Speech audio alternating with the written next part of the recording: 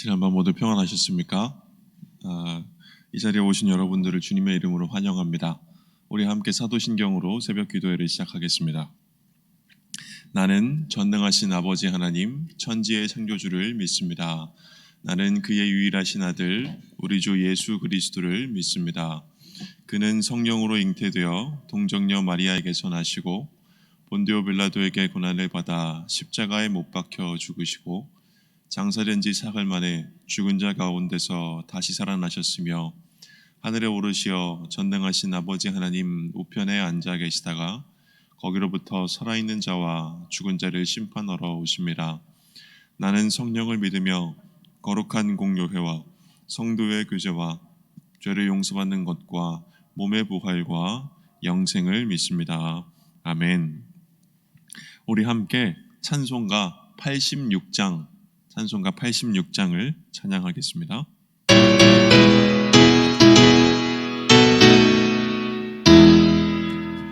내가 늘 의지하는 예수, 나의 상처 입은 심령을 불쌍하게 여기사 위로하여 주시니 미쁘신 나의 좋은 친구.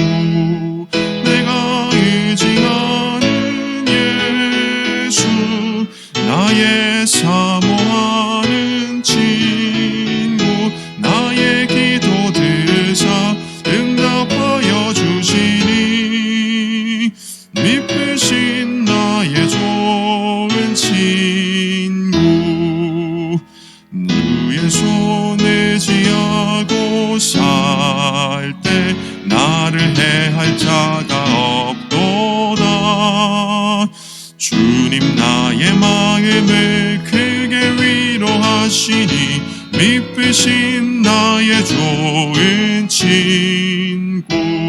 내가 의지하는 예수, 나의 사모하는 친구. 나의 기도 들으사 응답하여 주시니 미쁘신 나의 좋은 친구. 내가 요단강 건너가며 마음이 두려워서 떨 때도 주가 인도하시니 어찌 두려워하랴. 미쁘신 나의 좋은 친구. 내가 의지하는 예수, 나의 사모하는 친구. 나의 기도 들으사 응답하여 주시니 미쁘신 나의 좋은 친구. 이후 천국에 올라가서 모든 성도들과 다 함께 우리들을 구하신 주를 찬양하리라. 미쁘신 나의 좋은 친구. 내가 의지하는 예수, 나의 사모하는 친구. 나의 기도 들으사 응답하여 주시니 미쁘신 나의 좋은 친구. 아멘. 하나님께서 오늘 새벽에 우리에게 주시는 말씀은 요한복음 11장 28절에서 37절까지의 말씀입니다. 요한복음 11장 28절부터 37절까지의 말씀입니다.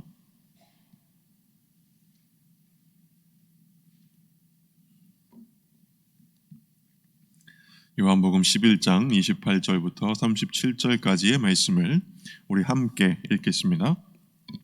이 말을 하고 돌아가서 가만히 그 자매 마리아를 불러 말하되 선생님이 오셔서 너를 부르신다 하니 마리아가 이 말을 듣고 급히 일어나 예수께 나아가매 예수는 아직 마을로 들어오지 아니하시고 마르다가 맞이했던 곳에 그대로 계시더라. 마리아와 함께 집에 있어 위로하던 유대인들은 그가 급히 일어나 나가는 것을 보고 곡하러 무덤에 가는 줄로 생각하고 따라가더니 마리아가 예수 계신 곳에 가서 배웁고 그 발 앞에 엎드려 이르되 주께서 여기 계셨더라면 내 오라버니가 죽지 아니하였겠나이다 하더라. 예수께서 그가 우는 것과 또 함께 온 유대인들이 우는 것을 보시고 심령에 비통히 여기시고 불쌍히 여기사 이르시되 그를 어디 두었느냐 이르되 주여 와서 보옵소서 하니 예수께서 눈물을 흘리시더라. 이에 유대인들이 말하되 보라 그를 얼마나 사랑하셨는가 하며 그중 어떤 이는 말하되 맹인의 눈을 뜨게 한 이 사람이 그 사람은 죽지 않게 할 수 없었더냐 하더라. 아멘. 아멘. 우리 주님의 은총과 평강이 이 자리에 함께 하신 모든 분들과 함께 하시기를 빕니다. 우리가 요한복음 11장을 읽고 있습니다. 이곳에서 예수님이 사랑하시던 나사로가 병에 걸려 죽고 그를 위한 장례식이 진행 중에 있습니다. 장례식 도중에 예수님은 나사로가 살던 베다니 마을 입구에 도착하시고 그 소식을 들은 마르다가 예수님을 맞이하러 마을 입구로 나갑니다. 마르다는 말합니다. 예수님께서 계셨더라면 내 오빠가 죽지 않았을 것이나 그러나 지금이라도 예수님께서 하나님께 간구해 주시면 그러면 마지막 날 부활 때에는 그때라도 우리 오빠가 다시 살아날 것입니다. 라고 마르다는 이야기를 합니다. 마르다는 어떤 사람입니까? 마르다는 믿음이 있는 사람입니다. 마르다는 예수님을 깊이 신뢰하는 사람입니다. 그러나 동시에 그녀는 예수님께서 가져오시는 생명은 언제나 현재적 사건이라는 것을 아직은 깨닫지 못한 사람이기도 합니다. 그래서 예수님은 그녀에게 분명히 말씀하십니다. 우리가 읽지 못했던 요한복음 11장 17절에서 27절까지의 본문에서 예수님은 마르다에게 분명히 말씀하십니다. 너의 오라비가 지금 일어날 것이다 라고 말씀하십니다. 그러면서 예수님은 말씀하십니다. 나는 부활이요 생명이다. 요한복음은 1장부터 한결같이 예수님 안에 생명이 있다라고 말씀합니다. 지금 나사로의 죽음 앞에 나타나신 이 예수님은 자신이 생명이시라는 사실을 사람들에게 드러내고 계십니다. 그런데 그 생명은 어떤 생명일까요? 우리는 생명이 예수님 안에 있다고 하는데 그 생명이 어떤 것인지는 알지 못합니다. 그런데 예수님께서 지금 예수님 안에 있는 생명이 어떤 것인지를 드러내서 보여주고 계시는 것입니다. 그 생명은 어떤 생명입니까? 그는 부활의 생명이십니다. 부활의 생명이라는 것은 무엇일까요? 다시 말하면 죽음을 넘어서는 생명, 어떠한 힘에도 파괴되지 않고 꺾이지 않는 생명, 그것이 예수님 안에 있다라는 말인 것입니다. 예수님은 바로 이러한 생명 자체이신 것입니다. 예수님이 곧 죽음을 넘어서는 생명이신 것입니다. 예수님이 곧 어떠한 힘에도 파괴되지 않고 꺾이지 않는 바로 그 생명이신 것입니다. 이 말씀을 듣고 마르다가 오늘 본문 말씀 시작에서 집에 앉아있는 마리아를 예수님께 불러옵니다. 그런데 예수님은 계속 마을 입구에 서서 들어오지 않고 계십니다. 그분은 마리아가 자신에게 올 때까지 기다리고 계십니다. 마리아는 누구입니까? 오늘 본문 말씀은 마리아가 집에 앉아 있었다라고 이야기를 하는데 마리아는 집에 앉아서 애도하고 있던 사람, 다시 말해 인간의 삶을 파괴하는 그 죽음의 압도적인 힘에 짓눌려 있는 사람, 그래서 주저앉아 있는 사람이라고 할 수 있습니다. 그녀가 주님을 찾아올 때까지 주님은 마을로 들어오지 않으십니다. 그리고 그녀가 주님 발 앞에 엎드릴 때, 그때 비로소 주님은 마을로 들어오십니다. 죽음의 힘에 굴복당한 고통스러운 삶의 현실 속에 예수님은 돌입하십니다. 바로 그때 주님은 거기서 생명의 사건을 일으키십니다. 이 모습이 꼭 우리의 삶과 같습니다. 주님이 서 계시는 그 마을 입구는 곧 고된 인생이 종종 우리에게 불러오는 그 치명적인 타격을 입고 깊은 고통 가운데 놓여 있는 영혼의 문을 뜻하기도 합니다. 주님은 바로 그곳에서 우리를 만나기를 기다리고 계십니다. 오늘 본문 말씀 28절을 보면 이렇게 되어 있습니다. 마르다가 가만히 그 자매 마리아를 불러 말하되 선생님이 오셔서 너를 부르신다 하니. 이처럼 예수님께서 우리를 부르고 계십니다. 바로 그분만이 일으키실 수 있는 그 생명의 사건을 죽음의 힘에 의해 산산조각난 삶의 한복판에 일으키시기 위해서 말입니다. 그럼 우리는 어떻게 해야 할까요? 지체 없이 그분께 달려가서 그분의 발 앞에 엎드려야 합니다. 마리아가 그랬던 것 같이 말입니다. 오늘 본문 말씀 29절에 보면 이렇게 되어 있죠. 마리아가 이 말을 듣고 급히 일어나 예수께 나아가매. 그리고 오늘 본문 말씀 32절에서 이렇게 되어 있습니다. 마리아가 예수 계신 곳에 가서 배웠고 그 발 앞에 엎드렸다. 바로 이것이 우리의 자세이어야 하는 것입니다.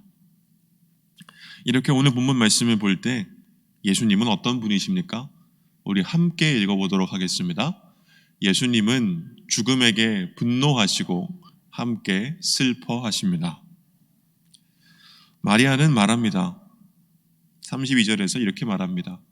주께서 여기 계셨더라면 내 오라버니가 죽지 아니하였겠나이다. 그리고 그 말을 한 그녀와 그리고 그녀와 함께 예수님께 왔던 유대인들 모든 사람들이 울었다라고 성경은 이야기를 합니다. 압도적인 죽음의 힘이 그들을 부서지게 만들었습니다.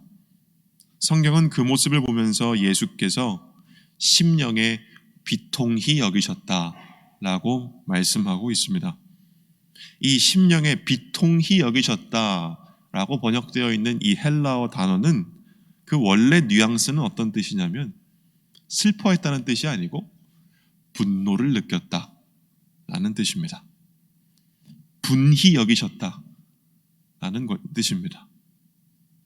예수님께서는 이 가여운 사람들을 이토록 짓누르고 파괴하고 산산조각 내어버린 그 죽음의 힘에게 하나님이 인간에게 주신 삶을 무너뜨리고 그것을 철저히 유린하는 악의 힘에게 분노하고 계시는 것입니다. 왜 이 가여운 사람들이 이렇게 슬퍼해야 하는가? 왜 이들이 이렇게 울고 있어야 하는가? 이들을 이렇게 울게 만들고 있는 그 죽음의 힘에 분노하고 계시는 것입니다. 바로 그것을 오늘 본문 말씀은 이야기하고 있는 것입니다. 이윽고 마리아가 예수님, 나사로의 시신을 와서 보십시오, 와서 보옵소서 라고 이야기했을 때에 성경은 이렇게 이야기합니다. 35절입니다. 예수께서 눈물을 흘리시더라. 예수께서 눈물을 흘리시더라. 여러분은 하나님을 어떻게 생각하십니까? 우리 안에는 하나님에 대한 막연하고 애매모호한 인상만이 있을 따름입니다. 그런데 그 하나님이 예수 안에서 자신을 드러내셨습니다. 예수를 보는 것은 곧 하나님을 보는 것이죠. 오늘 본문 속 예수님 안에서 드러난 하나님은 우리가 보듯이 무정한 분이 아니십니다. 그분은 비정한 분이 아니십니다. 그분은 어떤 분이십니까?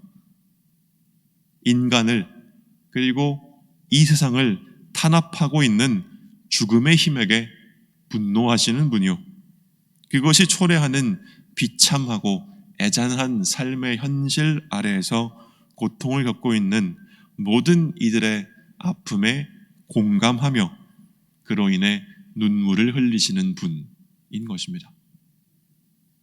우리가 예수님이 이런 분이심을 알 때에 이 말씀이 우리에게 주시는 교훈은 무엇입니까? 우리 함께 천천히 읽어보도록 하겠습니다. 부활이요 생명이신 예수, 죽음을 넘어서는 생명이신 예수를 철저히 믿을 때 우리는 죽음에도 굴하지 않을 것입니다.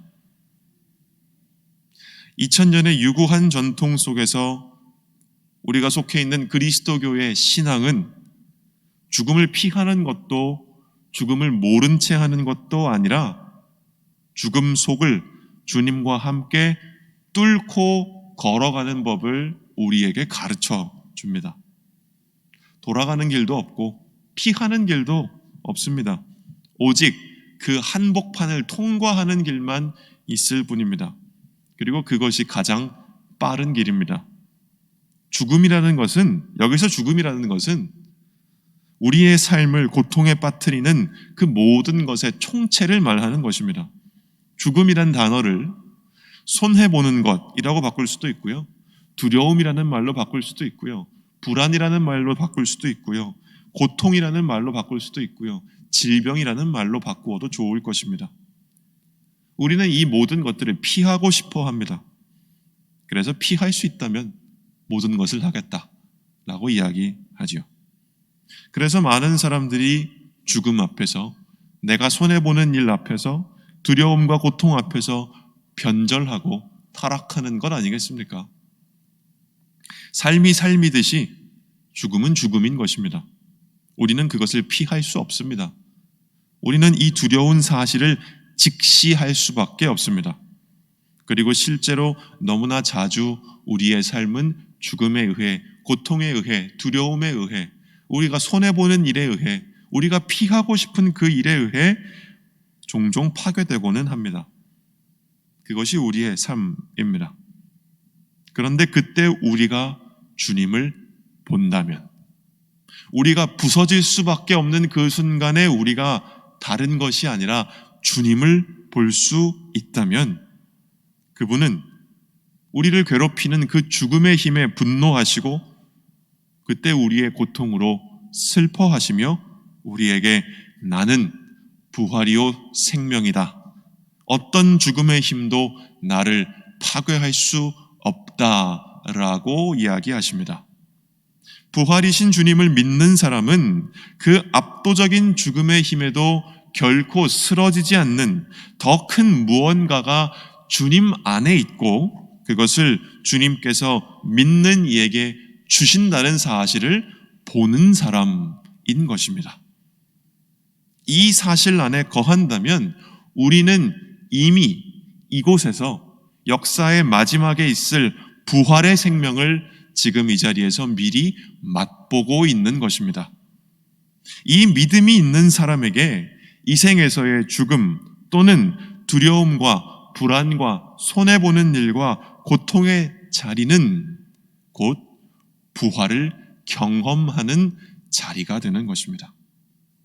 이 사실을 우리가 깨달을 때에 우리는 죽음의 현실을 뛰어넘어서 주님의 생명 안에 이미 들어있는 것입니다. 이 뛰어넘는 것을 바로 신앙의 도약이라고 부릅니다.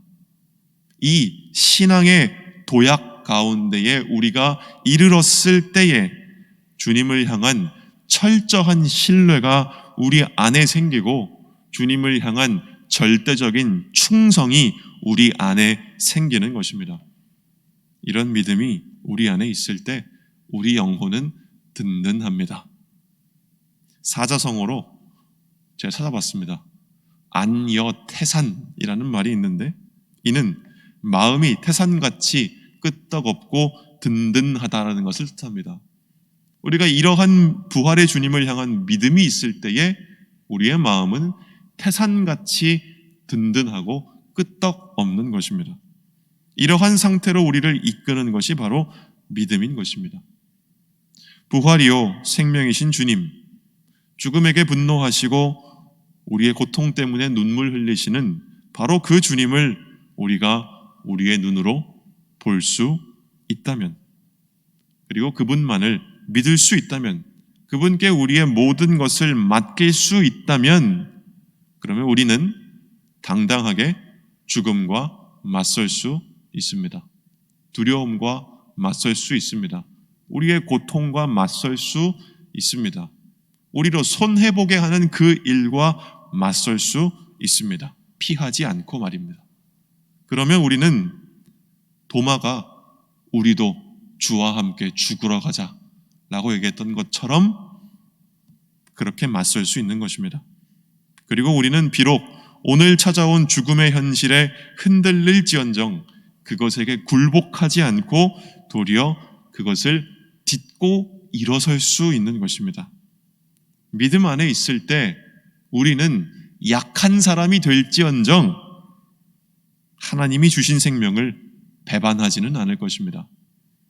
믿음 안에서 우리는 비록 죽음의 힘에 부서질지언정 그것을 피하기 위해 타락하지는 않을 것입니다. 이것이 그리스도인의 위풍당당함이요, 이것이 결코 사라지지 않는 그리스도교의 위대한 정신인 것입니다. 바로 이러한 삶으로 주님은 우리를 부르고 계십니다. 그 부르심에 기꺼이 응답하는 은혜가 오늘 저와 여러분에게 주어지기를 주님의 이름으로 기원합니다. 아멘. 우리 함께 기도하겠습니다. 사랑과 은혜가 풍성하신 하나님 아버지, 우리에게 주의 말씀을 허락하셔서 주 예수 그리스도, 우리에게 찾아오시는 그 주님을 보게 하시니 감사합니다. 주님께서 마을 입구에 찾아와서 서 계십니다. 때때로 죽음과 두려움과 고통에 의해 파괴되고 부서지는 우리의 삶의 그 문턱에 주님께서 와 계신다는 것을 우리로 보게 하여 주시옵소서. 그리고 마리아가 그랬던 것처럼, 마르다가 그랬던 것처럼 그 주님의 부르심을 우리가 듣고 그 발 앞에 엎드릴 수 있도록 도와주십시오. 우리로 주님을 보게 하시고 그때에 주님께서 부활이요 생명이심을 믿게 하여 주시옵소서. 우리를 괴롭히는 그 죽음의 힘에 분노하시고 우리의 슬픔으로 인하여 마음 아파하시는 그 주님을 보며 우리가 오늘 우리에게 찾아와 있는 고통스러운 현실을 딛고 일어설 수 있는, 그리하여 주님을 따라가 죽음과도 맞설 수 있는 그 당당하고 담대한 믿음의 힘을 우리 모두에게 허락하여 주시옵소서. 예수 그리스도의 이름으로 기도드립니다. 아멘. 하늘에 계신 우리 아버지, 아버지의 이름을 거룩하게 하시며 아버지의 나라가 오게 하시며 아버지의 뜻이 하늘에서와 같이 땅에서도 이루어지게 하소서. 오늘 우리에게 일용할 양식을 주시고 우리가 우리에게 잘못한 사람을 용서하여 준 것 같이 우리 죄를 용서하여 주시고 우리를 시험에 빠지지 않게 하시고 악에서 구하소서. 나라와 권능과 영광이 영원히 아버지의 것입니다. 아멘.